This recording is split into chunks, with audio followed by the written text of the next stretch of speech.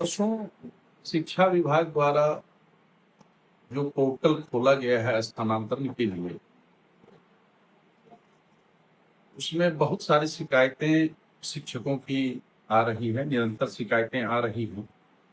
और इस मामले में कुछ ऐसे तथ्य भी सामने आ रहे हैं कि लगता है सॉफ्टवेयर का जो गठन किया गया है उसी में कहीं ना कहीं त्रुटि है। जैसे कि किसी विद्यालय में एक ही शिक्षक किसी विषय में है और उनके यहाँ कोई दूसरा नहीं गया है और उनको सरप्लस बनाया जा रहा है। अब सीधी सी बात है जब उस विषय में कोई शिक्षक वहां है ही नहीं और वहां 15 वर्ष से 12 वर्ष से 10 वर्ष से कोई शिक्षक है, उनको सरप्लस कैसे कहा जा सकता। दूसरी बात, जहां अतिशेष शिक्षक सही में है, उन अतिशेष शिक्षकों में कहा गया है जो 5 वर्षों से अधिक हैं उनका स्थानांतरण हो जाए। सरकार ने यह पूर्णतः ऐच्छिक स्थानांतरण कहा है। सरकार का कहना है ये इच्छा के अनुसार स्थानांतरण, कोई भी शिक्षक जब आवेदन भरेंगे तभी उनका स्थानांतरण होगा।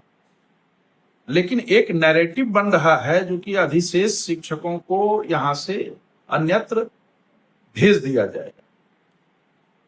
मुझे लगता है विभाग इसमें निश्चित रूप से बैठक करे। मैंने तो बात भी किया है, मैंने पत्र भी लिखा है और मैंने उसमें स्पष्ट रूप से कहा है कि अगर पिछले वर्षों में बिना पद के ही विभाग के द्वारा नियुक्ति कर दी गई और ऐसे ऐसे पदाधिकारी आए जिन्होंने मूल पद के अतिरिक्त भी शिक्षकों की नियुक्ति कर दी, विभाग तो पहले उसके लिए, और जो स्थानांतरण गलत रूप से किया गया, गलत रूप से, जहां शिक्षक पहले से उस विषय में थे और किन्हीं को भेज दिया गया, तो पहले तो उसको चिन्हित करे।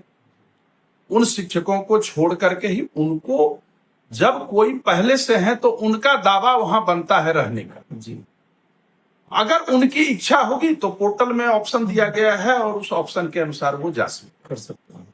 दूसरी बात, विभाग इसमें एक और भी स्टैंड ले सकती है कि अगर कहीं कोई 2 शिक्षक हैं तो एक अतिशेष है। अब अतिशेष शिक्षकों में से ये विभाग एक नियम बना दे, नीति बना दे, क्योंकि इन दोनों शिक्षकों में से जो भी सेवानिवृत्त होंगे उनके साथ ही ये पद समाप्त हो जाएगा, तो दोनों शिक्षक बच जाएंगे। 3 है तो तीनों बच जाएंगे।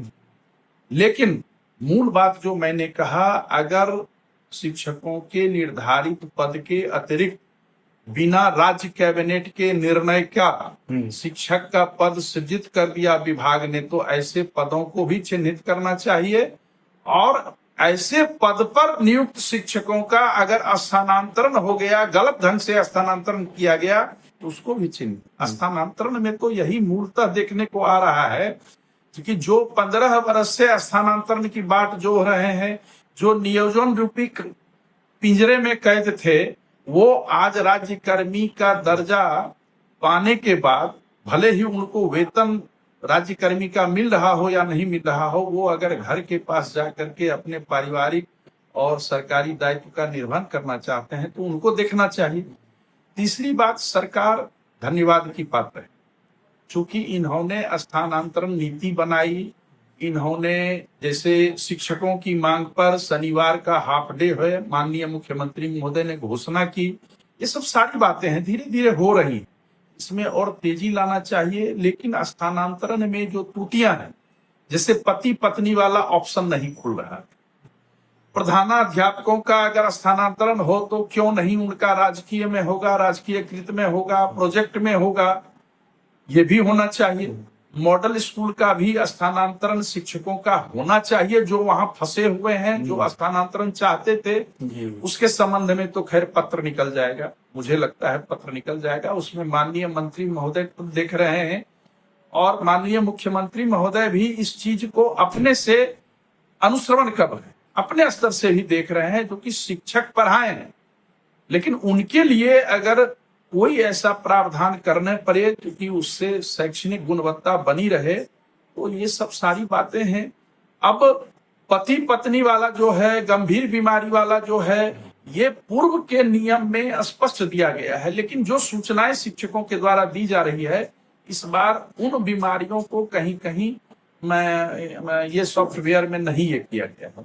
तो इन सब सारे चीजों को देखना चाहिए और मैं फिर मांग करता हूं, क्योंकि ये सरप्लस वाली जो असहजता सभी शिक्षकों के बीच बना दी गई है, इस मामले को रोकना चाहिए। इस मामले को अगर तत्काल नहीं रोका जाएगा तो शिक्षक अनावश्यक तनाव में रहेंगे।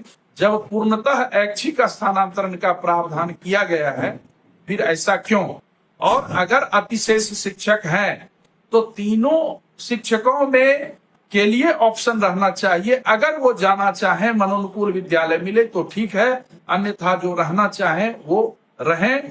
और जैसे ही कभी भविष्य में अगर स्थानांतरण हुआ, अगर प्रधानाध्यापक के रूप में प्रोन्नति हुई, तो वैसी स्थिति में वो पद जो है उस समय समाप्त किया जाए। लेकिन सबके जड़ में एक महत्वपूर्ण बात है जो मैंने अपने पत्र में भी लिखा है, उसमें मानक मंडल को विभाग ने गलत ढंग से निर्धारित किया है। और ये गलती करने पर ये किसी विद्यालय में 3000 छात्र हैं, 2000 छात्र हैं और सोशल साइंस के किसी भी विषय में, मसलन इकोनॉमिक्स में नियुक्ति की गई थी शिक्षक की, और आज सोशल साइंस में उस विषय को समाहित कर दिया गया और शिक्षक कर दिया। एक छात्र हैं 1000, छात्र हैं 500, तो एक शिक्षक कैसे पढ़ाएंगे? तो ये जो मानक मंडल है इसकी पुनर्समीक्षा की जाए और छात्र शिक्षक के अनुपात को बैलेंस करके ही चला जाए। पारस्परिक स्थानांतरण में भी ये किया जाए। मैंने मांग भी किया है, जो कि आखिर विशिष्ट शिक्षक विद्यालय अध्यापक से के बीच मध्य क्यों नहीं स्थानांतरण हो सकता है। उसमें भी एक त्रुटि आ रही है, जो कि उत्क्रमित के शिक्षक उत्क्रमित में ही जाएंगे, राजकीय कृत के राजकीय कृत में ही जाएंगे, राजकीय विद्यालय के राजकीय विद्यालय में ही जाएंगे। ऐसा नहीं किया जाए। उनको अगर पारस्परिक स्थानांतरण का मौका दिया जाता है तो ये आदर्श विद्यालय सरस्वती विद्या निकेतन में जो चयनित हुए हैं वो तो अभी चयनित हुए ही हैं, लेकिन शेष सभी शिक्षकों को सभी कोटि के विद्यालयों में जाने की अनुमति दी जाए। और इसको जो त्रुटियां आ रही हैं सॉफ्टवेयर में, विभाग इसको बैठ करके एक एक करके उन त्रुटियों को, और विभाग को ये कहना चाहिए आगे बढ़कर, देखिए आप लोग एक पोर्टल इनको देना चाहिए और ई शिक्षा कोष से अलग एक विभागीय पोर्टल एक निकालना चाहिए जिस पर शिक्षक अपनी शिकायत दे सकते हैं।